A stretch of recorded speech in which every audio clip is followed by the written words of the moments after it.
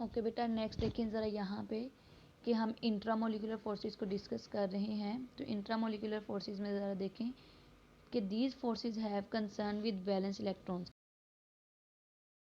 हम फोर्सेस हैं उनका वैलेंस शेल के साथ कोई जो है वो कंसर्न नहीं होता, बट इंट्रामोलिकुलर फोर्सेस जो होती हैं उनमें वैलेंस शेल का कॉन्सेप्ट होता है, क्योंकि जो एटम होते हैं बेटा यहाँ पे या तो कंप्लीट ट्रांसफ़र ऑफ इलेक्ट्रॉन करते हैं, या म्यूचुअल शेयरिंग करते हैं, या एक डोनेट करता है और एक एक्सेप्ट करता है। ठीक है, तो बेटा ये यहाँ पे जो इलेक्ट्रॉन की म्यूचुअल शेयरिंग हो गई, या कंप्लीट ट्रांसफ़र या एक्सेप्टेंस और डोनेशन हो रही है, तो ये बेटा जो वैलेंस शेल इलेक्ट्रॉन्स हैं उनके दरमियान हो रही है। ठीक है, किनके दरमियान हो रही है?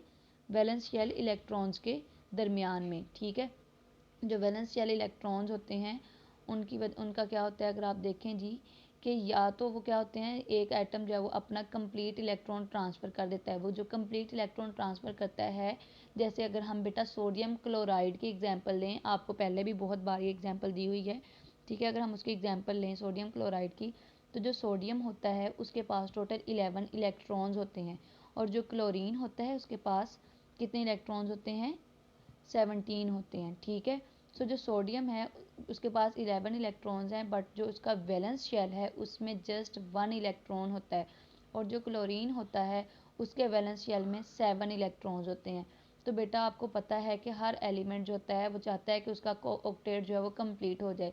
सो अपना ऑक्टेट कंप्लीट करने के लिए ये क्या करते हैं, इलेक्ट्रॉन्स ट्रांसफ़र कर देते हैं, और दूसरा जो है वो एलिमेंट इलेक्ट्रॉन एक्सेप्ट कर लेता है। ठीक है, अब देखें जी सोडियम क्या करेगा, उसके जस्ट वैलेंस शेल में 1 इलेक्ट्रॉन है, उसको अपना ऑक्टेट कंप्लीट करने के लिए 7 इलेक्ट्रॉन्स रिक्वायर हैं।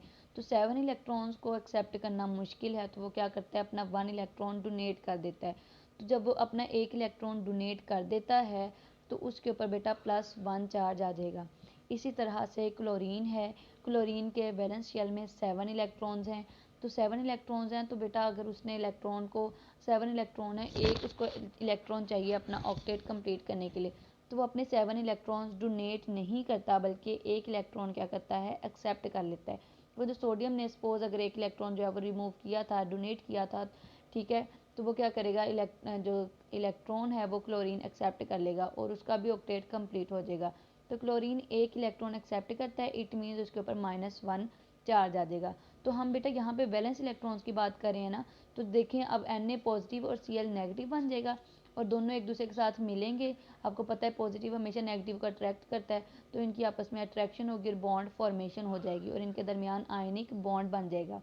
ठीक है, NaCl बन जाएगा। ठीक है, नमक बन जाएगा जिसको हम टेबल सॉल्ट भी कहते हैं। तो हमने देखा कि इस एग्जाम्पल में बेटा जो वैलेंस इलेक्ट्रॉन्स हैं वो सारे इन्वॉल्व हैं। ठीक है, इसलिए जो इंट्रामोलिकुलर फोर्सेस होती हैं ये जो है वो वैलेंस इलेक्ट्रॉन्स के साथ इनका कंसर्न होता है। ठीक है,